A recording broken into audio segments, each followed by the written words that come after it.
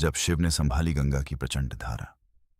स्वर्गलोक चमकती हुई देवी गंगा आकाश में बह रही हैं। बहुत समय पहले स्वर्ग में देवी गंगा अपनी तेज और पवित्र धारा पर गर्व करती थीं। गंगा जी बोले, मेरी धारा इतनी प्रबल है कि कोई मुझे रोक नहीं सकता। राजा भगीरथ का संकल्प लेते हैं।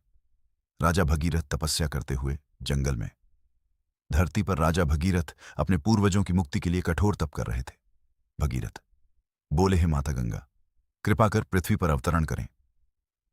तेज प्रकाश ब्रह्मा जी प्रकट होते हैं। भगीरथ की तपस्या से प्रसन्न होकर ब्रह्मा जी प्रकट हुए।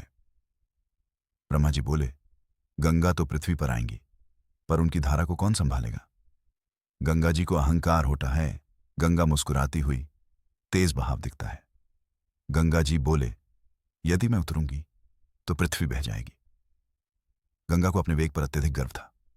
कैलाश पर्वत, शिव जी ध्यान में। अब भगीरथ पहुंचे भगवान शिव की शरण में। भगीरथ जी बोले, हे महादेव, केवल आप ही गंगा को संभाल सकते हैं। शिव जी धीरे से नेत्र खोलते हैं। शिव जी बोले, यदि यही लोक कल्याण है तो मैं गंगा को धारण करूंगा।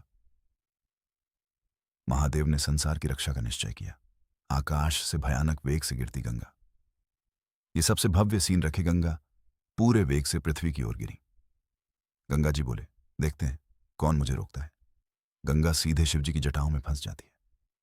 पर महादेव मुस्कुराए और गंगा उनकी जटाओं में उलझ कर रह गई।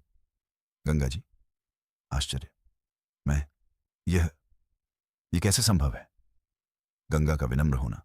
गंगा जी बोले, हे महादेव, मेरे अहंकार को क्षमा करें। अब गंगा का गर्व टूट चुका था। शिवजी गंगा को मुक्त करते हैं। शिवजी जटा से धीरे धीरे गंगा की धारा छोड़ते हैं।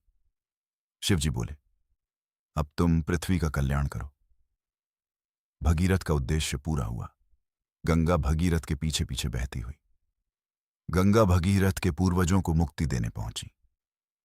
जहां अहंकार झुकता है वहां शिव कृपा बरसती है। हर हर महादेव।